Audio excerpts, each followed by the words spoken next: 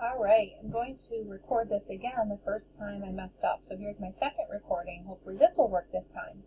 Mr. Darcy posted this assignment, who were the Puritans, and you have to answer questions that go along to it.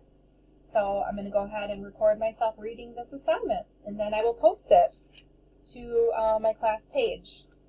Who were the Puritans? Puritans arrive in America. Okay, so listen, the first question on our assignment for Mr. Darcy is describe what it is to be pure. That's in the very first couple paragraphs. First came the Pilgrims in the 1620s. They were followed by thousands of Puritans in the 1630s, and these Puritans left their mark on their new land, becoming the most dynamic Christian force in the American colonies. Back in England, the Puritans had been people of means and political influence, but King Charles would not tolerate their attempts to reform the Church of England. Persecution mounted. To many, there seemed no hope but to leave England. Perhaps in America they could establish a colony whose government, society, and church were all based on the Bible. New England could become a light Old England could follow out of the darkness of corruption. Puritans had been a name of ridicule, first used during the reign of Queen Elizabeth. These were Christians who wanted the Church of England purified of any liturgy, ceremony, or practices which were not found in Scripture. The Bible was their sole authority, and with these beliefs they believed it applied to every area and level of life.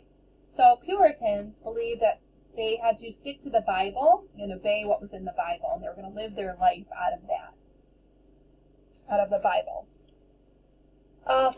Fortuitous loophole. When King Charles granted a colonial charter to the Massachusetts Bay Company, the document failed to specify that the governor and officers of the company had to remain in England. The Puritan stockholders took advantage of this silence and agreed to move the company and the whole government of the colony to America. There they would try to establish a biblical community, a holy commonwealth, as an example to England and the world. New England, a new way. I'm at the bottom here. In the mother country, every Englishman was part of the National Church of England. In New England, only the converted were members of the church. Only those individuals whose lives had been changed by belief in the gospel of Christ were accepted into the church. Men who were church members were given the right to vote in the colony. They were expected to establish rules for a godly social order, a society which would glorify God. As the Mosaic Law had regulated Israel's society in Old Testament days, so the church, under the Scripture's authority, would regulate New England society. There was no place for toleration in Puritan America. Those not in accord with the lofty spiritual aims of the colony could move elsewhere. Next page. Although they were individuals of strong beliefs, faith, and conviction, the Puritans were not individualists. They came to America in groups, not as individual settlers. Often entire congregations, led by their ministers, left England and settled together in the new land. They organized their settlements into towns with their meeting house or the church at the center of town. The church was the center of their community, providing purpose and direction to their lives. Okay, honor the Lord's Day. This is for the next question. When you hear the idea of honoring the Lord's Day, what does that mean? The Puritans believed God and his worship were important enough to reserve at least one full day out of the week, and the original Puritan settlers joyfully devoted Sunday to the Lord. Sermons were central to the intellectual life of the Puritans, and they rarely were less than an hour in length. Times of prayer could also be as long. Hymns were not allowed in the earliest Puritan worship. Only psalms or paraphrases of other scriptures were sung. The first book printed in America was the whole book of Psalms, or Bay Psalm book, a metrical version of David's Psalms printed in 1640. The mind as well as the soul. The instruction and training of children were considered heavy responsibilities, and parents prayed that children would become a source of glory to their Lord. Within 5 years after its founding, Massachusetts established schools for children.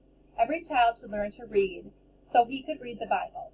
As one Massachusetts law stated, it being one chief project of that old deluder Satan to keep men from the knowledge of the Scriptures, schools should be established. In 1636, the colony established Harvard College, especially to train ministers. The earliest rules for Harvard testify to the Christian commitment expected.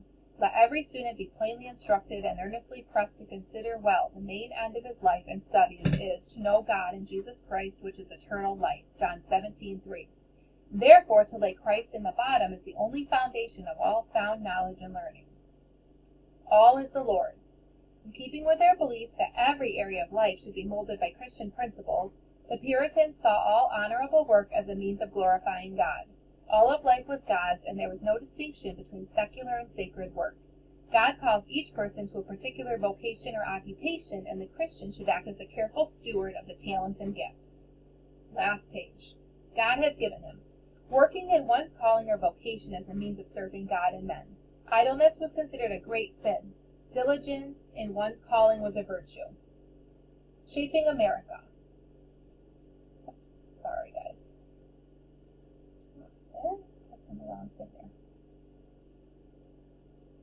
Sorry. Shaping America. The Puritans who settled in New England laid a foundation for a nation unique in world history. Their beliefs had a most significant influence on the subsequent development of America.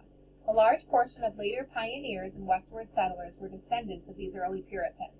Their values and principles, though sometimes secularized and removed from their religious foundations, continue to mold American thought and practices in the next centuries. Okay, questions. Describe what it is to be pure. Number 2, when you hear the idea of honoring the Lord's Day, what does that mean? Number 3, if you were to have children and raise them, how would you go about that? What are rules you think children should live by? Number 4, what does the statement, spare the rod, spoil the child mean? Number 5, how about the statement, children should be seen and not heard? Okay, the third one is your opinion. If you were to raise children, how would you raise them? What are rules you think that you should live by, your children should live by? All right, guys, that's the end of this recording. Signing off.